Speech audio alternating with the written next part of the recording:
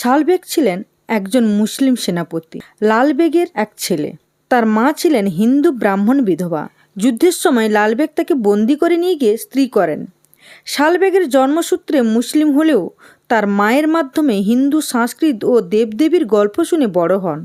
একদিন যুদ্ধে গিয়ে শালবেগ গুরুতরভাবে আহত হন। চিকিৎসা কাজ করেনি, মৃত্যুর ভয় ঘিরে ধরে। মা তাকে বলেন, বাবা, তুমি একবার জগন্নাথ দেবের নাম নাও, তিনি অসহায়কে কখনো ফেলে দেন না। এই অবস্থায় তিনি ভগবান জগন্নাথের নাম নেন। হে প্রভু জগন্নাথ, যদি থাকেন আমাকে বাঁচান। আশ্চর্যভাবে অল্প সময়ের মধ্যে তিনি সুস্থ হয়ে ওঠেন। এখান থেকেই শুরু তার ভক্তির পথ। সুস্থ হওয়ার পর তিনি সব কিছু ছেড়ে জগন্নাথ দেবকে দর্শন করতে পুরী যাওয়ার সংকল্প নেন। কিন্তু মুসলিম হিসাবে মন্দিরে ঢোকা নিষিদ্ধ ছিল। তবুও তিনি ঠিক করেন অন্তত রথযাত্রার সময় রথের সামনে দাঁড়িয়ে প্রভুকে দেখবেন। তিনি পুরী পৌঁছানোর আগে রথযাত্রা শুরু হয়ে যায়। সে দৌড়ে আসে, কিন্তু তখন জগন্নাথ দেবের নন্দীঘোষ রথ এগোতে থাকা সত্ত্বেও ঠিক রাস্তার মাঝখানে থেমে যায়। হাতি দিয়ে ঠেলা হলো, সৈন্যরা টানলো, কিন্তু রথ 1 ইঞ্চিও নড়ল না।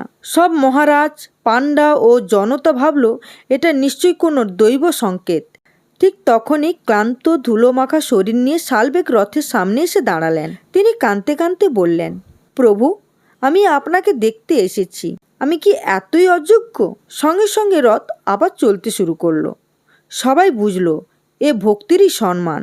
শালবেগ পুরীতে থাকতেন না, পাড়ায় রাস্তার ধারে বসে বসে জগন্নাথ দেবের নামে ভজন ও কবিতা লিখতে লাগলেন। তার রচিত কিছু উড়িষ্যার ভজন আজও গাওয়া হয়। তিনি একটা কুঁড়ে ঘরে থেকেও লিখতেন, তুমি আমার ধর্ম দেখো না, তুমি দেখো অন্তরের প্রেম।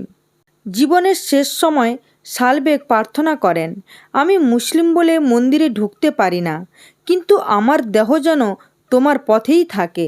তার মৃত্যুর পর তার দেহ বদরকালীর পথের কাছে গ্যান্ট রোডে সমাধিস্থ করা হয়, যেখানে রথযাত্রা হয়। আজও রথযাত্রার সময় জগন্নাথ দেবের রথ শালবেগের সমাধির সামনে থেমে দাঁড়ায়, কয়েক মিনিট অপেক্ষা করে তারপর এগোয়।